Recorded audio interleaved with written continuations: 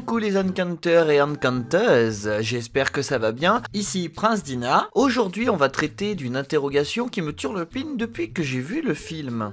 Ne vous inquiétez pas, vous allez bientôt être tous libres, mes vacances arrivent à leur terme, donc j'aurai beaucoup moins de temps pour vous faire ce genre de petites vidéos. Si vous êtes nouveau comme d'habitude, n'hésitez pas à aller voir mes anciennes vidéos, comme dernièrement la parodie que j'ai faite en quelques heures, donc je le précise encore d'avance, mais c'est pas parce qu'on n'est pas chanteur qu'on n'a pas le droit de chanter. Bubule était vacciné, maintenant il est mort. Non, non. Nous allons aujourd'hui traiter d'une interrogation qui me turlupine depuis que j'ai vu le film. Qu'y a-t-il dans les chambres des madrigals que l'on n'a pas encore vues? Si ça t'intrigue comme moi, pense au pouce bleu et à t'abonner tout de suite, ça sera déjà fait et c'est très important. Ça me motive à continuer encore et encore et encore. Petit mot rapide sur les chambres que l'on connaît. Celle de Mirabel est une chambre très classique, bien qu'un peu enfantine avec son alphabet au mur, et comme je vous ai déjà dit dans une précédente vidéo, au niveau des proportions, ça ne correspond pas trop, elle est plus petite à l'intérieur qu'elle ne paraît à l'extérieur, donc le contraire des autres. On peut apercevoir celle d'Abuela, et vous ne l'avez peut-être pas remarqué,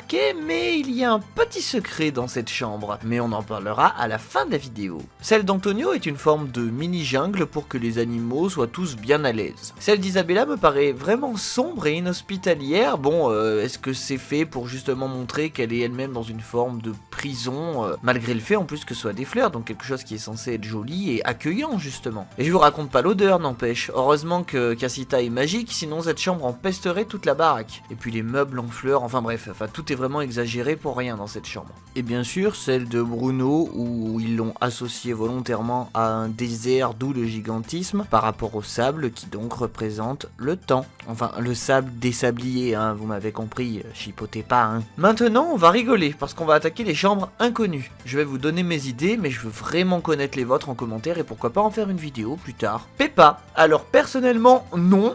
Je ne vois pas de plateau météo, comme certains d'entre vous me l'ont déjà soufflé, mais l'idée m'a bien fait rire. J'imagine plus la chambre à Peppa comme dans un milieu très naturel, un peu comme dans sa présentation par Mirabel, un champ ou une prairie avec un vrai cycle jour-nuit, et pourquoi pas un lit nuage pour rester dans le thème. Roulietta. Alors, en sachant qu'il y a déjà une cuisine dans la maison, je vois vraiment pas l'intérêt de faire un doublon. C'est franchement pour elle que j'ai le moins d'idées. Même si le fait qu'on la voit avec toutes ces herbes qui pour moi sont vraiment là pour démontrer une forme de médecine et pas juste des épices, pour moi c'est quelque chose d'important pour faire fonctionner son pouvoir. Parce que vous aurez remarqué qu'à plusieurs moments du film, elle prend soin de petites fioles, un peu comme si c'était des potions magiques. On peut imaginer qu'elle a plutôt dans sa chambre un style d'herboristerie ou pourquoi pas une forme de potager. Camilo.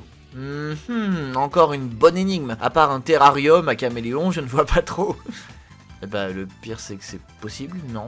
Il n'aurait que le pouvoir de changer son corps. On aurait pu partir dans un délire de dressing ou de loge, maquillage, mais il a besoin de rien de tout ça. Donc franchement j'attends vos avis, comme d'après vos votes c'est votre personnage préféré, j'ai pas oublié. Louisa, pour Louisa, on a quelques traces de à quoi ressemblerait sa chambre, on a même plusieurs planches différentes. Je m'étais d'ailleurs posé 2 questions sur elle. De 1, pourquoi dans cette scène elle s'entraînerait dans Casita alors que clairement c'est le genre de service qu'on trouverait obligatoirement dans sa chambre? Et la deuxième, Louisa a vraiment besoin de s'entraîner pour entretenir son pouvoir?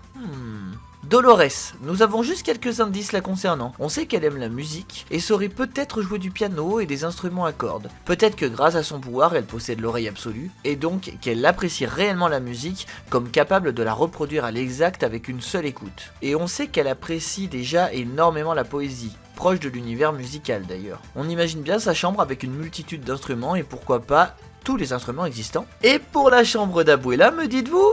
Eh bien on le verra dans la prochaine vidéo. Allez, gros bisous!